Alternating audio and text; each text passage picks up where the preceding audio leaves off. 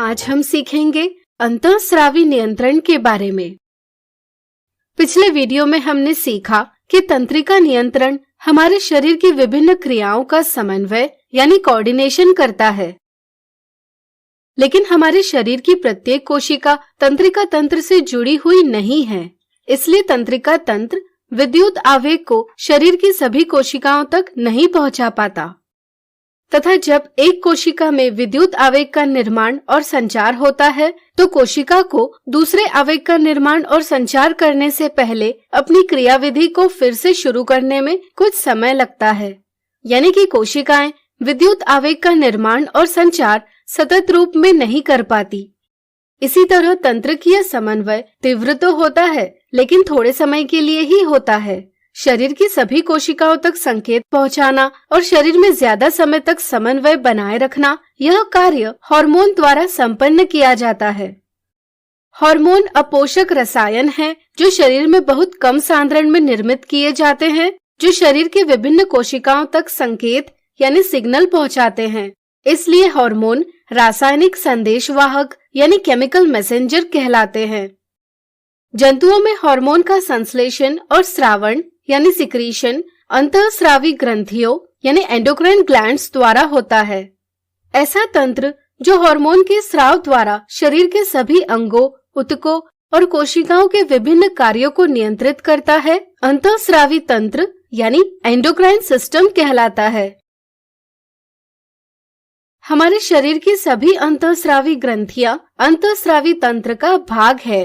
अंतःस्रावी ग्रंथियों को नलिकाएं यानी डक्ट्स नहीं होती, इसलिए अंतःस्रावी ग्रंथियां नलिका विहीन ग्रंथियां यानी डक्टलेस ग्लैंड्स कहलाती है। उनके द्वारा निर्मित हार्मोन का स्रावण सीधा रुधिर में होता है। रुधिर के साथ हार्मोन शरीर की सभी कोशिकाओं तक पहुंचता है, इसलिए शरीर में हार्मोन के संश्लेषण का स्थान और क्रिया क्षेत्र का स्थान भिन्न होता है। मनुष्य के शरीर में मुख्य अंतःस्रावी ग्रंथियां इस प्रकार है। चलिए इन्हें समझें। हमारे मस्तिष्क के अग्र मस्तिष्क भाग में हाइपोथैलेमस के नीचे पीयूष ग्रंथि यानी पिट्यूटरी ग्लैंड उपस्थित होती है। पीयूष ग्रंथि हमारे शरीर में विविध हार्मोन का स्रावण करती है, जैसे वृद्धि हार्मोन जो शरीर की वृद्धि और विकास को नियंत्रित करता है।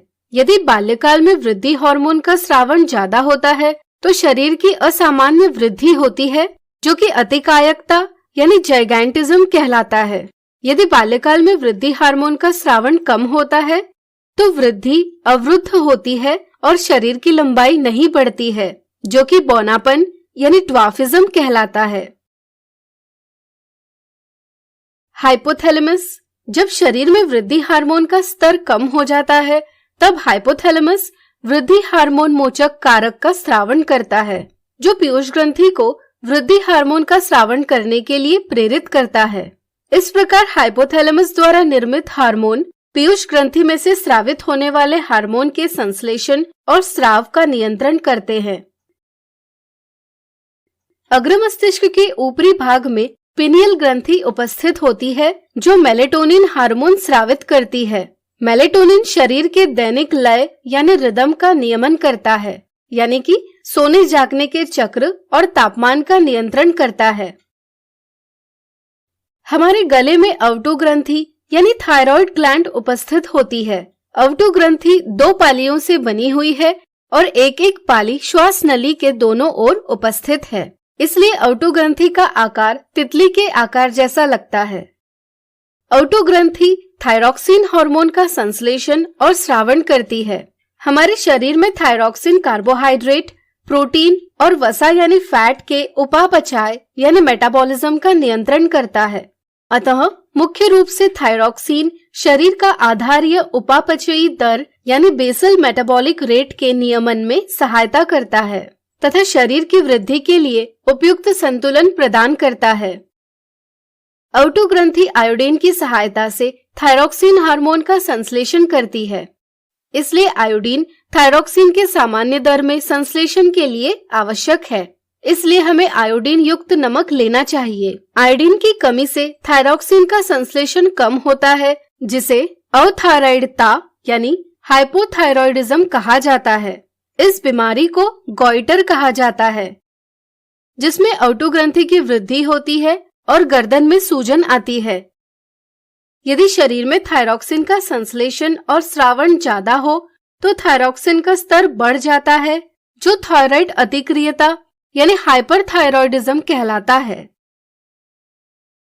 अवटु ग्रंथि के पीछे की सतह पर 4 परावटु ग्रंथियां यानी पैराथायरॉयड ग्लैंड उपस्थित होती है, जो पैराथायरॉयड हार्मोन का स्रावण करती है। पैराथायरॉयड हार्मोन रुधिर में कैल्शियम के स्तर को बढ़ाता है।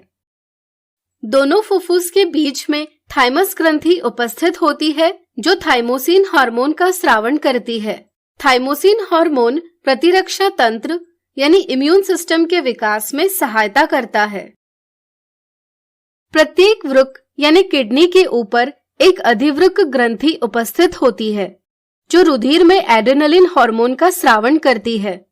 रुधिर से एड्रेनलिन हृदय और शरीर के विभिन्न अंगों तक पहुंचता है। एड्रेनलिन हृदय की धड़कन को बढ़ाता है, जिससे शरीर की पेशियों को अधिक रुधिर आपूर्ति यानी ब्लड सप्लाई होती है। इसलिए पेशियों तक अधिक ऑक्सीजन पहुंचता है। एड्रेनलिन की उपस्थिति में पाचन तंत्र और त्वचा की छोटी धमनियों के आसपास की पेशियां सिकुड़ जाती है। परिणाम स्वरूप पाचन तंत्र यानी डाइजेस्टिव सिस्टम और त्वचा में रुधिर की आपूर्ति कम हो जाती है। इससे रुधिर की दिशा कंकाल पेशियों की ओर हो जाती है। इसलिए डायफ्राम और पसलियों की पेशी यानी रिब मसल्स का संकुचन यानी कॉन्ट्रैक्शन होता है और श्वास दर बढ़ जाता है। एड्रेनलिन आंखों की पुतलियों के फैलाव यानी प्यूपिलरी डायलेशन, रोंगटे खड़े होना, पसीने का स्राव को बढ़ाता है। यह सभी अनुक्रियाएं मिलकर शरीर को आपातकालीन स्थिति से निपटने में सहायता करती है। आपातकालीन स्थिति में एड्रेनलिन का स्राव बढ़ जाता है, इसलिए इसे आपातकालीन यानी इमरजेंसी हार्मोन और युद्ध यानी फाइट हार्मोन कहा जाता है। इसलिए एड्रेनलिन को युद्ध यानी फाइट, फ्लाइट और फ्राइट का हार्मोन कहा जाता है। हमारे शरीर में आमाशय के पीछे अग्न्याशय यानी पैनक्रियास उपस्थित होता है, जो इंसुलिन हार्मोन का स्रावण करता है। इंसुलिन रुधिर में शर्करा स्तर यानी शुगर लेवल को नियंत्रित करने में सहायता करता है। यदि यह कम मात्रा में स्रावित होता है तो रुधिर में शर्करा का स्तर बढ़ जाता है।